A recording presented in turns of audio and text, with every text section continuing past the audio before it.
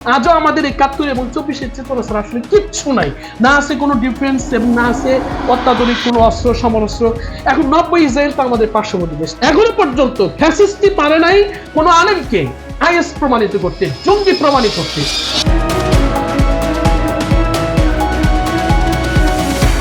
আসসালামু আলাইকুম ওয়া রাহমাতুল্লাহি ওয়া বারাকাতুহু। নাবা নিউজ 24 এর পক্ষ থেকে আপনাদেরকে স্বাগতম। বরাবরের ন্যায় আপনাদের সাথে আছি আমি তাহসান সিদ্দিক। আজকে আমাদের সাথে গেস্ট হিসেবে উপস্থিত আছেন মুফতি ইউসুফ বিন মাসুদ সাহেব, Islamic research academy, Bangladesh, Dhaka. আপনারা দেখছেন নাবা নিউজ 24 এর নিয়মিত পর্ব হক কথা।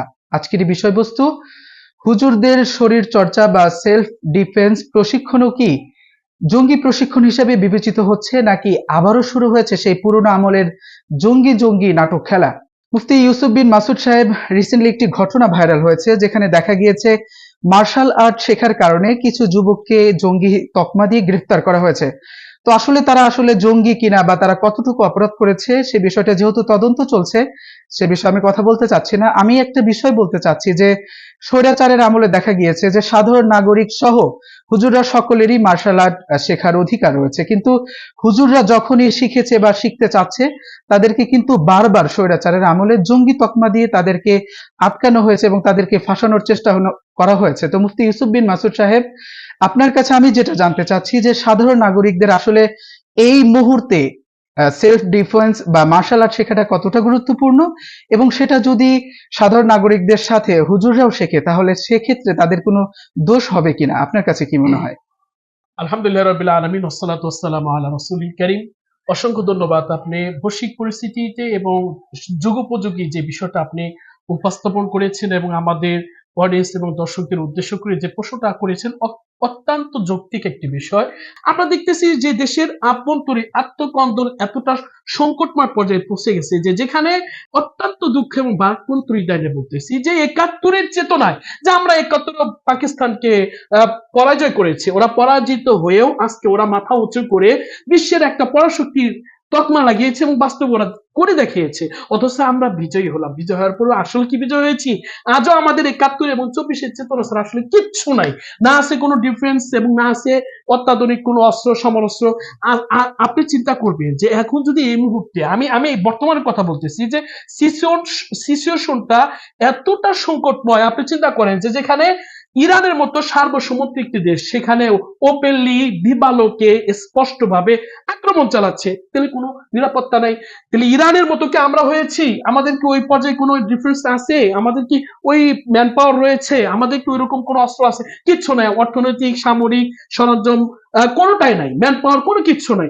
এখন ৯০ ইসরায়েল তো আমাদের পার্শ্ববর্তী দেশ। তাহলে এই একটা বৈশ্বিক যেই ক্রমাগত যে হুমকি এবং বাস্তবিক, এই বাস্তবিক প্রেক্ষাপটকে সামনে রেখে আমি যেটা মনে করি যে এটা প্রত্যেকের, আমাদের বাংলাদেশেরও কিছু এরকম রিজার্ভ স্পেশাল ফোর্স প্রয়োজন, যে যারা ১৮ থেকে ৪০ বছর পর্যন্ত সকল নাগরিককে, ছেলে হোক, মেয়ে হোক, হুজুর হোক, আলেম হোক, জেনারেল শিক্ষিত হোক, অশিক্ষিত হোক, সকলের জন্য বাধ্যতামূলক সরকারি উদ্যোগে এরকম একটা প্রস্তুতি নেওয়া প্রয়োজন। প্রস্তুতি বলতে কি, আমি এক্ষেত্রে আসলে দেশের স্বার্থে বলতেছি না, আমি প্রত্যেকে নিজের বাঁচার জন্য বলতেছি যে আপনার এখনো যদি আপনি চিন্তা করেন যে একজন নাগরিকের সুরক্ষার জন্য, আমার আত্মরক্ষার জন্য এগুলো প্রয়োজন কিনা। আমি যদি এখন বাইরে বের হই, আমার মা বোন তারা যদি বাইরে বের হয়, আজকে কোনো নিরাপত্তা নাই, এত কিশোর গ্যাং।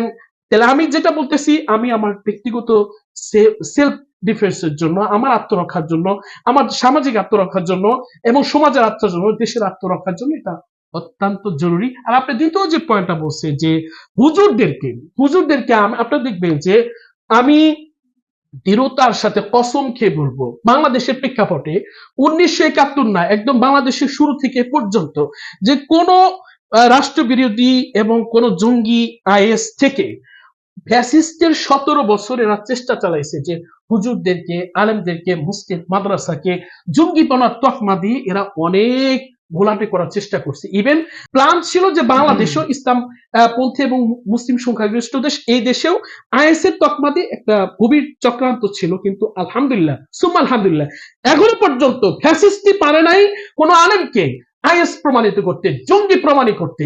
এখন তো আলহামদুলিল্লাহ আরো ওপেন হচ্ছে যে এটা আসলে বাংলাদেশে কখনো ছিল না, সুদূর ভবিষ্যতে থাকবে না। এখন প্রশ্ন করতে পারেন যে তাহলে ইদানিং যে সমস্ত যে ঘটনাটা আমরা মিডিয়ার মাধ্যমে দেখতেছি যে রামা সালাতের নামে, এবং একটা ভিডিও দেখলাম, এটা এখনো তদন্তধীন, এটা আমি জানি না এটা পুরাটাই বাস্তবিক জিনিসটা আসলে সঠিক তদন্ত পরে আমরা জানতে পারবো। ইন্টারিম সরকার থেকে শুরু করে এবং ফ্যাসিস্টের আমলেও স্বরাষ্ট্রমন্ত্রী ওপেনলি বলেছিল যে বাংলাদেশের প্রেক্ষাপটে কোনো জঙ্গি কোনো কিছু নাই, কিন্তু এর পরেও আমার মনে হচ্ছে যে বিদেশি একটা জঙ্গি বিরোধী একটা ফান্ড আছে, বিশাল একটা ফান্ড আছে, ওই ফান্ড নেওয়ার জন্য এবং কত ভাবে কত দিক থেকে এরা জঙ্গি জঙ্গি নাটক খেলেছে। আমার মনে হচ্ছে যে ওই নাটকটারই সূচনাও হচ্ছে।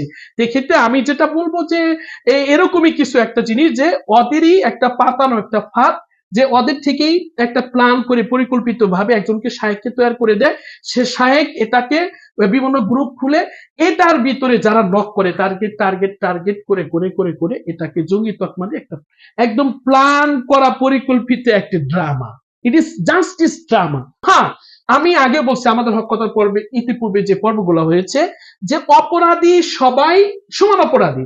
সে যদি জেনা করে, ব্যভিচার করে, অন্যায় করে, জুলুম করে, চুরি করে, তাহলে সবার যেরকম অপরাধের ক্ষেত্রে যে শাস্তি, সে আলেম হোক, যে হোক, যেই হোক, তাহলে অপরাধের ক্ষেত্রে সকলে সমান অপরাধী। আমরা রাষ্ট্রীয় আইনগতভাবে তার অপরাধী বিচার চাই, এবং আমি বলছি যে আরো কঠিন বিচার চাই। মুফতি ইউসুফ বিন মাসুদ সাহেব, অসংখ্য ধন্যবাদ এই বিষয়ে বলার জন্য। তো আপনার কাছে আরেকটা বিষয় জানতে চাচ্ছি, যে আমরা বর্তমান সিচুয়েশনে দেখতে পাচ্ছি যে যে সমস্ত দেশ পাওয়ারফুল কান্ট্রি হিসেবে আমরা তাদেরকে বিবেচনা করি, ইউরোপ, আমেরিকা সহ, চায়না সহ, দক্ষিণ কোরিয়া বলেন, এরা কিন্তু প্রত্যেকেই 18-র উপরে যারা বয়স আছে তাদেরকে কিন্তু সামরিক প্রশিক্ষণের জন্য বাধ্য করা হচ্ছে, এবং সরকার থেকে একটা ব্যবস্থা রেখেছে তাদের প্রশিক্ষণ গ্রহণের জন্য, এবং এটা কিন্তু তাদের সেলফ ডিফেন্সের কারণে অন্য দেশ যারা রয়েছে তাদেরকে কিন্তু ভয় পাচ্ছে এবং তাদেরকে সুপার পাওয়ার স্বীকৃতি দিচ্ছে।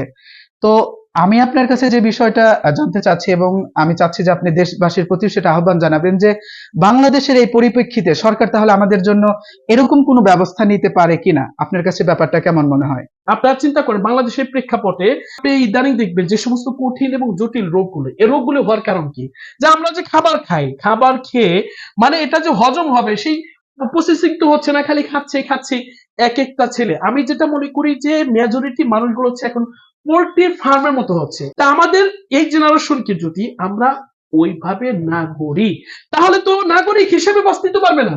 এটা আমি শুরুতে এই পয়েন্টটা বলেছি, স্পষ্ট বলেছি যে আমি সরকার এবং বাংলাদেশের যারা দায়িত্বশীল আছে সকলের প্রতি আমার এই উদাত্ত আহ্বান থাকবে যে আমাদের এই দেশের জন্য এবং প্রত্যেক নাগরিকের আত্মরক্ষা এবং সুরক্ষার জন্য যে এই একটা উদ্যোগ নেওয়া, যে যাতে করে মানে অসৎ উদ্দেশ্যে যারা অসাধু যারা, তারা যেন এই সুযোগটা কাজে না লাগাইতে পারে, এই জন্য সরকারি ভাবে যদি এই উদ্যোগটা নেয়, এবং সবার জন্য, বিশেষ করে আমি বলি যে ক্ষেত্রে কোনো ভেদাভেদ না রেখে মহিলা মাদ্রাসা হোক, পুরুষ মাদ্রাসা হোক, আলেম হোক, স্কুলের যে জেনারেশন হোক, সকলের জন্য যদি একটা উদ্যোগ থাকে, তাহলে এর দ্বারা প্রত্যেকে সুস্থ থাকবে, সুস্থ নাগরিক হবে, এবং তার দেশের জন্য একটা অ্যাসেট এবং সম্পদ হবে। এবং আমাদের বিশেষ করে বৈশ্বিক এই ক্রমাগত যে অবনতি এবং যে হুঙ্কার এবং আশঙ্কা বোধ, এই পরিস্থিতিতে যা আমাদের দেশের জন্য একটা স্পেশাল রিজার্ভ ফোর্স হিসেবে কাজে লাগবে।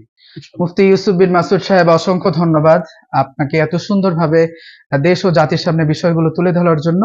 সাথে সাথে ধন্যবাদ নাবা নিউজ 24 এর দর্শকদেরকে।